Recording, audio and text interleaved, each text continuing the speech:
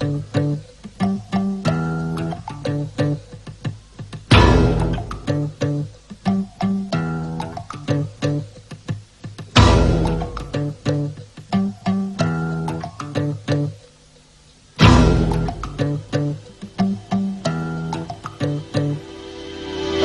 cinta sudah dibuang, jangan harap keadilan akan datang.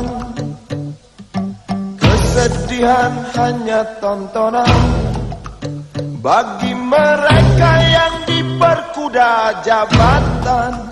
Oh ya, oh ya, oh ya, bongkar. Oh ya, oh ya, oh ya, bongkar.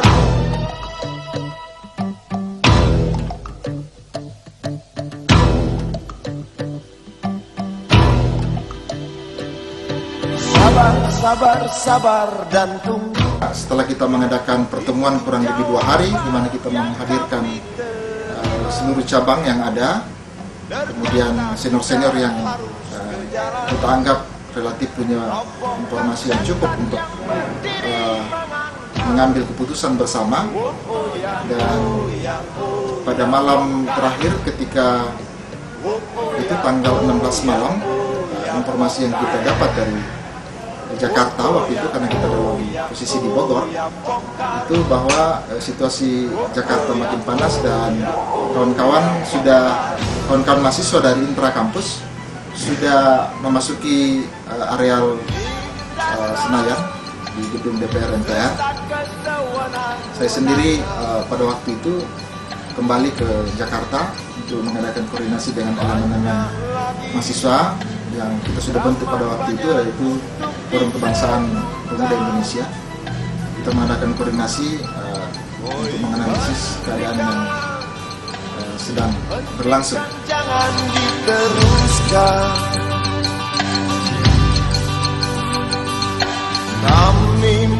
Saya memutuskan untuk menyatakan jalanan kami sandarkan cita-cita,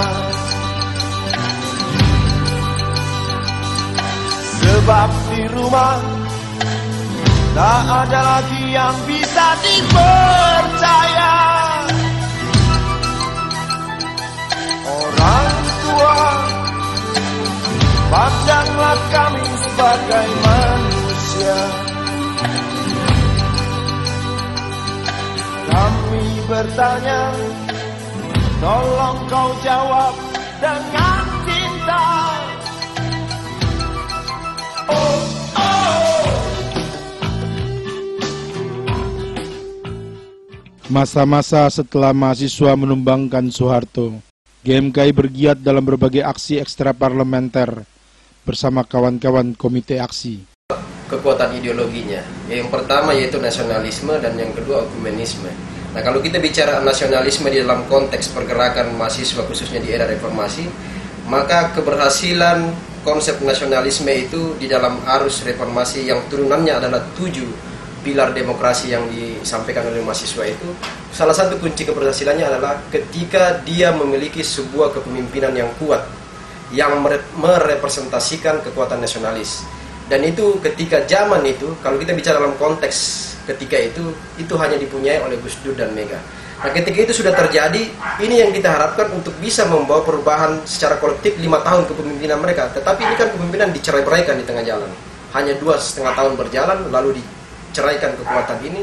Perkawinan antara nasionalisme di bidang pemahaman nasionalis yang dipresentasikan oleh Megawati dan nasionalisme religius yang dipresentasikan oleh NU dalam hal ini Gus Dur itu dicerai-beraikan oleh kekuatan-kekuatan anti demokrasi, kekuatan-kekuatan sektarianisme, dan itu berhasil. Kenapa berhasil? Karena kekuatan mahasiswa ketika itu juga tercerai-berai berdasarkan gerakan-gerakan isu-isu sektarianisme di luar itu, kepentingan kelompok. Dan hanya GMKI bersama teman-teman dari FKP yang terus getol untuk memperjuangkan supaya duet Gus Dur Mega itu tetap solid, karena disitulah kekuatan nasionalisme itu direpresentasikan, dan saat itulah maka kekuatan reformasi itu akan berjalan dalam 5 tahun terakhir. Tetapi dicerai-beraikan, maka semuanya terjadi apa yang kita lihat sampai hari ini. GMKI sebagai sepucuk taruk yang bertumbuh dari persekutuan penelan Alkitab, persekutuan doa, devosi, studi, diskusi, refleksi. Dalam sejarahnya juga menjadi pangkalan bagi aksi-aksi melawan penindasan, penjajahan, dan ketidakadilan di dalam masyarakat. Di 2002-2004 kita memulai dari keputusan Kongres GMKI Tondano yang menetapkan tema lakukanlah yang baik dan tetaplah setia.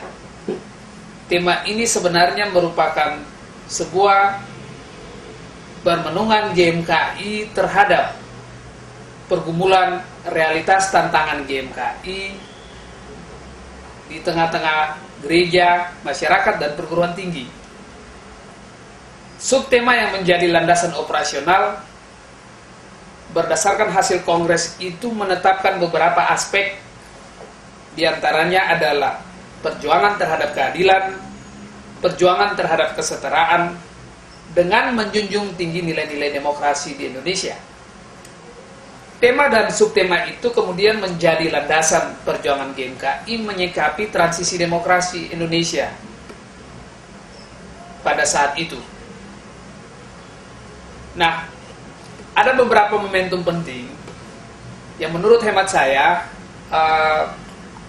yang menjadi titik kunci perjuangan GMKI berdasarkan subtema yang menjadi landasan operasional kita.